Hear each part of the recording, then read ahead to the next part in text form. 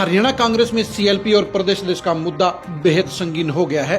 इन दोनों ही पदों के लिए हरियाणा कांग्रेस में बड़ी खींचातानी चल रही है। पार्टी हाईकमान भी हरियाणा के मसले को लेकर बेहद सीरियस है और पार्टी प्रभारी बीके हरिप्रसाद को इस मसले को सुलझाने के लिए आदेश दे दिए गए हैं। बीके हरिप्रसाद भी पिछले 1.5 महीने से इस मसले को हल करने के लिए पूरी गंभीरता के साथ जुटे हुए हैं। वो पार्टी के नेताओं के साथ मंथन करने के अलावा ग्राउंड रिपोर्ट भी मंगवा रहे हैं। इसके साथ साथ प्रदेश के सभी बड़े नेताओं की कार्यप्रणाली को भी जांचने का काम कर रहे हैं। हमारे पास जो सूचना मिली है उसके हिसाब से बताया जा रहा है कि हरियाणा कांग्रेस में 3 फार्मूलों को लेकर मंथन चल रहा है और ये तीनों फार्मूले ही हरियाणा कांग्रेस की भविष्य की पॉलिटिक्स को तय करने का काम करेंगे। कांग्रेस की तस्वीर और तकदीर दोनों को फिक्स करने का काम करेंगे।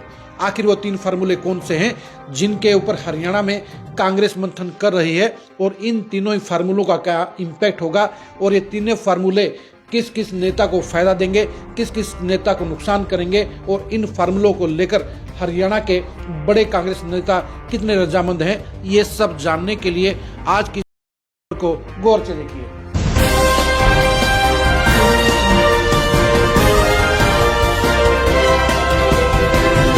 बीके हरिप्रसाद हरियाणा कांग्रेस में छाए हुए गफलत के माहौल को, बादलों को छाटना चाहते हैं और वो जल्दी से जल्द जहां एक तरफ सीएलपी घोषित करना चाहते हैं तो दूसरी तरफ हरियाणा कांग्रेस को नया प्रदेश अध्यक्ष देना चाहते हैं। लेकिन ये टारगेट हासिल करना इतना आसान नहीं है क्योंकि हरियाणा कांग्रेस के दोनों ही खेमे इन दोनों ही बड़े पदों को लेकर लॉबिंग कर रहे हैं, प्रेशर पॉलिटिक्स भी कर रहे हैं और यही वजह है कि 5.5 महीने के बाद भी अभी तक हरियाणा में कांग्रेस अपना विधायक दल का नेता नहीं तय कर पाई है। और यही वजह है कि हरियाणा में पहली बार बजट सत्र में कांग्रेस बिना विधायक दल के नेता के मैदान में उतरी हुई है और पहली बार हरियाणा में कोई सीएलपी नहीं है। अब बीके हरिप्रसाद 3 संभावित फार्मूलों पर काम कर रहे हैं। ये भी कह सकते हैं कि बीके हरिप्रसाद के पास 3 फार्मूले भेजे गए हैं जिनके ऊपर वो विचार कर रहे हैं। फार्मूला नंबर 1 है कि भूपेंद्र हुड्डा को विधायक दल का नेता बनाकर उन्हें सीएलपी बना दिया जाए और ऐसे में भूपेंद्र हुड्डा दूसरे खेमे के किसी भी नेता को प्रदेश अध्यक्ष बनाने के लिए तैयार हैं। भूपेंद्र हुड्डा हर कीमत पर खुद को सीएलपी बनाना चाहते हैं और इसके लिए वो प्रदेश अध्यक्ष का पद भी छोड़ने के लिए तैयार हैं। यानी भूपेंद्र हुड्डा सरकार के सामने विपक्ष के नेता के तौर पर अपने आप को बरकरार रखना चाहते हैं और इसलिए भूपेंद्र हुड्डा ने 5.5 महीनों में नेता प्रतिपक्ष की कोठी को भी खाली नहीं किया है। वो पूरी ताकत अपने आप को सीएलपी बनाने के लिए लगा रहे हैं और इसी काम में जुटे हुए हैं। लेकिन दिक्कत इस बात की है कि इस फार्मूला नंबर 1 के ऊपर कांग्रेस हाईकमान और खास तौर पर राहुल गांधी तैयार नहीं है और इसलिए भूपेंद्र हुड्डा को हरी झंडी अब तक नहीं मिली है। यानी फार्मूला 1 रिजेक्ट होता हुआ नजर आ रहा है। भूपेंद्र हुड्डा की फैमिली फार्मूला 1 रिजेक्ट होने के बाद फार्मूला नंबर 2 पर भी काम करने के लिए तैयार है, फैसले पर रजामंद होने के लिए तैयार है।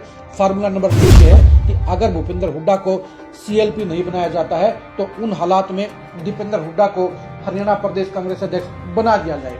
इस पोजीशन में भी हुड्डा फैमिली नेता प्रतिपक्ष के लिए दूसरे खेमे के नेता की नियुक्ति में कोई ऑब्जेक्शन नहीं करेगी, यानी उन्हें फार्मूला नंबर 2 भी मंजूर होगा।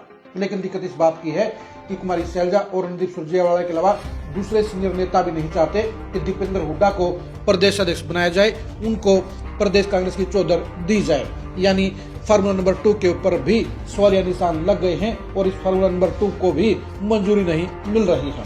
फार्मूला नंबर 3 ये है कि रणदीप सुरजेवाला को हरियाणा प्रदेश कांग्रेस का अध्यक्ष बना दिया जाए और भूपेंद्र हुड्डा खेमे के नेता को सीएलपी बना दिया जाए। भूपेंद्र हुड्डा फैमिली को इस फार्मूला नंबर 3 से सबसे ज्यादा खतरा है, सबसे ज्यादा ऑब्जेक्शन है क्योंकि भूपेंद्र हुड्डा को लगता है कि अगर रणदीप सुरजेवाला को प्रदेश अध्यक्ष बना दिया गया तो ऐसे में उनकी खुद की और उनके बेटे दीपेंद्र हुड्डा की पॉलिटिक्स के ऊपर गंभीर संकट मंडरा जाएगा क्योंकि जाट नेता के तौर पर तब रणदीप सुरजेवाला फ्रंट मोर्चे पर आ जाएंगे और ऐसे में भूपेंद्र हुड्डा का दीपेंद्र हुड्डा को मुख्यमंत्री बनाने का सपना चकनाचूर हो जाएगा। इसलिए हुड्डा फैमिली नहीं चाहती कि रणदीप सुरजेवाला को किसी भी कीमत पर प्रदेश अध्यक्ष बनाया जाए और वो इसके लिए नेता प्रतिपक्ष को लेकर भी अपनी कुर्बानी देने के लिए तैयार हैं।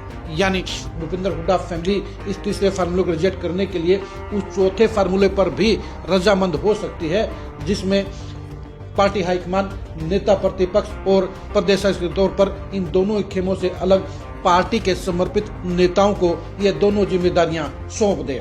पार्टी के प्रभारी बीके हरिप्रसाद चौथे फार्मूले को लेकर भी गंभीरता से मंथन कर रहे हैं, क्योंकि उन्हें इस बात का एहसास है कि पहले 3 फार्मूलों के ऊपर न तो भूपेंद्र हुड्डा सहमत होंगे और न ही कुमारी शैलजा और रणदीप सुरजेवाला सहमत होंगे। यही वजह है कि पार्टी हाईकमान के भूपेंद्र हुड्डा को हरी झंडी नहीं दिखाने के चलते जहां फार्मूला नंबर 1 रिजेक्ट हो गया है, वहीं दीपेंद्र हुड्डा को लेकर बाकी के नेता भी प्रदेश के तौर पर नियुक्ति के खिलाफ है और नंबर 3 फार्मूले पर हुड्डा फैमिली किसी भी सूरत में सहमत नहीं है। यही वजह है कि इन तीनों फार्मूलों के बजाय अब चौथा फार्मूला कहीं न कहीं आगे बढ़ता हुआ नजर आ रहा है, यानी बीके हरिप्रसाद बाकी के प्रदेशों में लिए गए फैसलों के तहत राहुल गांधी को पार्टी के समर्पित नेताओं को ये दोनों पद देने की सिफारिश कर सकते हैं और राहुल गांधी का जो मूड नजर आ रहा है, ऐसे में वो चौथे फार्मूले पर मोहर लगाने का काम भी कर सकते हैं।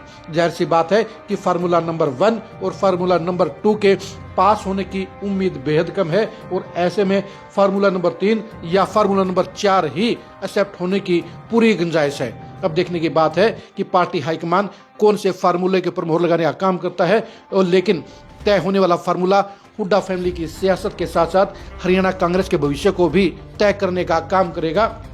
आप हरियाणा में कांग्रेस का प्रदेश अध्यक्ष किसको बनाना चाहते हैं, किसको सबसे प्रबल मानते हैं, किसको सबसे ज्यादा दमदार मानते हैं, इसके बारे में अपना कमेंट करके जरूर बताइए।